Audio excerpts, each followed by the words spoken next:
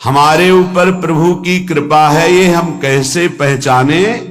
तो ये 8 लक्षण प्रकट होने लगते हैं जिस पर हरिजू की प्रियाजू की कृपा है।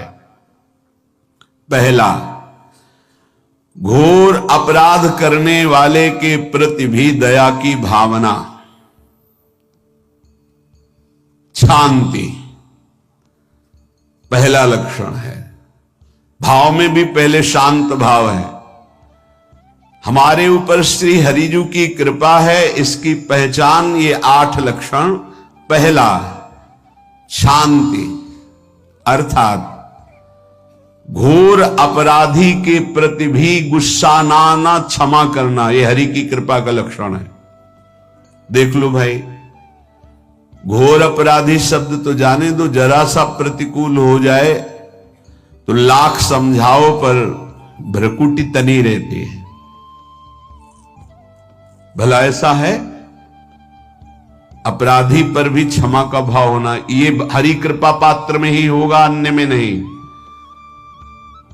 तो अगर अपने हृदय में ऐसा लगे कि ऐसा नहीं है तो हरिजू से प्रार्थना करनी चाहिए कि कृपा करो, मेरे में सामर्थ्य आवे।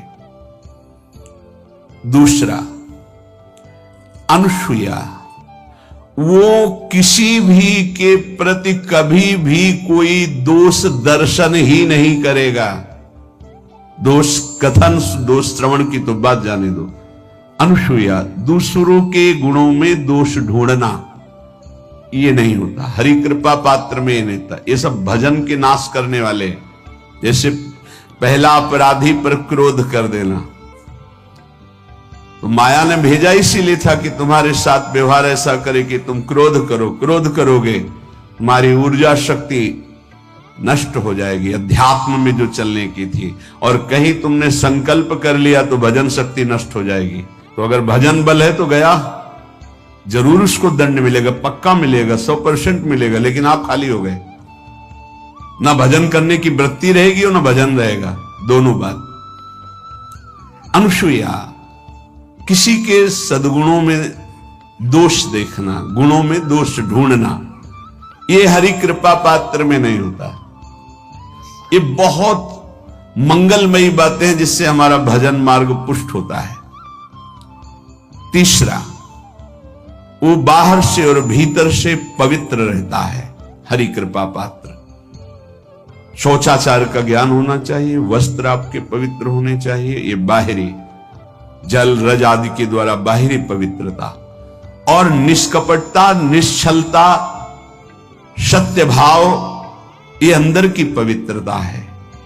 अगर कपट है, छल है, असत्य है तो हृदय मलिन रहता है।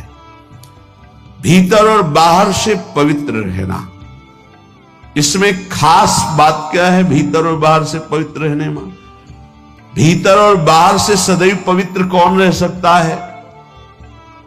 तो बोले जो पुंडरीकाक्ष भगवान श्री हरि का प्रियाजू का स्मरण करता रहता है, वो शवायाभ्यंतर शुचि, वो बाह्य और अभ्यंतर दोनों से पावन रहता है।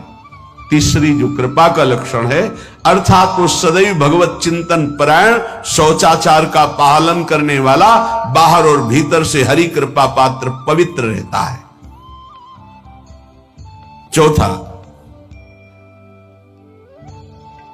ऐसे कार्यों का अनुष्ठान न करे जिनमें हमारा भजन छूटता है, जिनमें सत्य छूटता है, जिनमें भगवत भाव छूटता है। जैसे आपके ऊपर कृपा हुई, आप भगवत मार्ग में चल रहे हैं, अब आप ऐसे संसारिक कार्यों का अनुष्ठान कर रहे हैं जिनमें आपकी चित्तवृत्ति बिल्कुल भगवत विमुख हो रही, तो जीवन का लाभ क्या होगा? लाभ तो है भगवत स्मरण सहित। कल एक ने प्रश्न किया कि मैं खाता तो नहीं लेकिन मांस के दुकान में मांस बेचता हूं, होटल आदमी, क्या उचित है? ये उचित कैसे हो सकता है? तुम और भी तो व्यापार कर सकते हो। जरूरी है धर्म का पालन करने की इच्छा करते हो, धर्माचरण करते हो, ऐसा नहीं।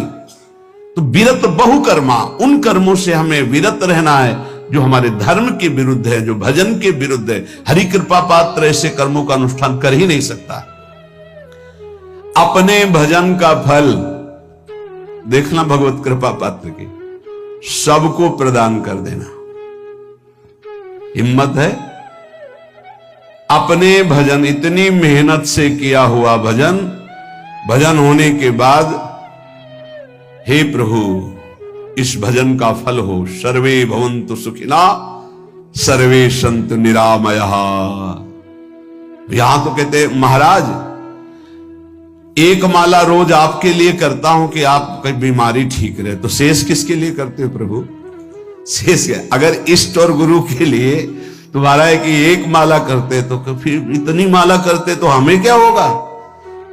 सब आपको दे देंगे तो हमें क्या होगा? तभी भजन का रहस्य नहीं जाना। छठवां, अपने भजन से अपने लिए कुछ भी ना चाहना और दूसरों की तो बात जाने दो, दूसरों से कुछ ना चाहना ये तो ठीक है, अपने भजन से अपने लिए कुछ ना चाहना है हिम्मत। देखो ये हरि कृपा पात्र में हिम्मत होती है। अपना भजन अपने प्रयोग में ना लाना, इसका भी आंतरिक रहस्य है। अपने प्रयोग में आप शरीर को लेकर के बोलेंगे, अगर स्वरूप को लेकर तो प्रयोग की कोई वहां जरूरत ही नहीं, स्वरूप पूर्ण काम है, वहां कोई अभाव नहीं। जब आप कोई भाव अपने लिए करेंगे तो देह भाव होगा, देह भाव से किसी विषय की मांग होगी। विषय पूर्ति भजन का फल नहीं होता, भजन का फल होता विषय निवृत्ति। बहुत जोर की बात है, कैसे समझ में? अपने भजन का भी फल अपने लिए नहीं, दूसरों से कुछ चाह रखना तो बात ही जाने दो, भजन से भी कोई अन्य सुख की चाह नहीं हुई। क्या चाहिए? भजन ही बनता रहे, भजन का फल भजन बनता रहे, खूब निरंतर जप करते रहे। सातवां, किसी भी मान सम्मान कीर्ति पद प्रतिष्ठा के मिलने पर हृदय का असंतुष्ट हो जाना, यह हरि कृपा पात्र का लक्षण होता है। प्रणाम नमस्कार जय हो तो हृदय में असंतुष्ट हो जाना चाहिए, कोई किंचन मात्र अभिमान न उदय हो जाए। प्रभु बचाओ, ये माया की चकाचौंध से बचा लो नाथ। कौन सा अपराध बन गया कि आपकी जय की जगह यहां हमको ऐसा सुनना पड़े। मान प्रतिष्ठा कीर्ति जिसके लिए बड़े बड़े लालायित रहते, हरि कृपा पात्र को विष की तरह चुभती है। और आठवां, किसी भी प्राणी समुदाय से संबंध ना रखते हुए सब पर दया की भावना, सब पर कृपा की भावना, सब पर करुणा मैत्री पर किसी से ममता नहीं। ये सूत्र बहुत व्यवहार में प्रयोग करने योग्य है।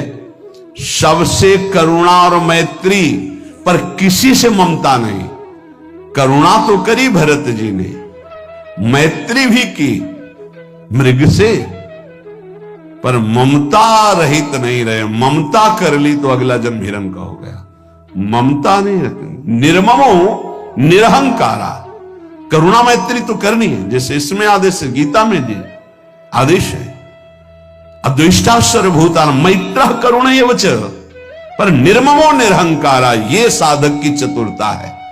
प्राणी मात्र पर दया कृपा करुणा मैत्री, पर ममता नहीं।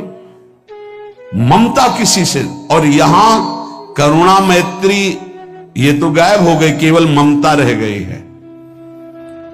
अपने शरीर से ममता, शरीर संबंधियों से ममता, विषय भोगों से ममता, यही जहर है। संबंध में ये ममता ही जहर है, विचारों में अहंकार जहर है, कर्मों में ये आसक्ति जहर है। इसी जहर को मिटा दे तो जीवन मुक्त महापुरुष कर्म करते हुए, विषय सेवन करते हुए, वार्ता करते हुए, विचार करते हुए, बिल्कुल जहर रही तो उसका जीवन हो गया। तो ये 8 बातें हरि कृपा पात्र में होती हैं, इनको बार बार सुनना, हृदय में धारण करना।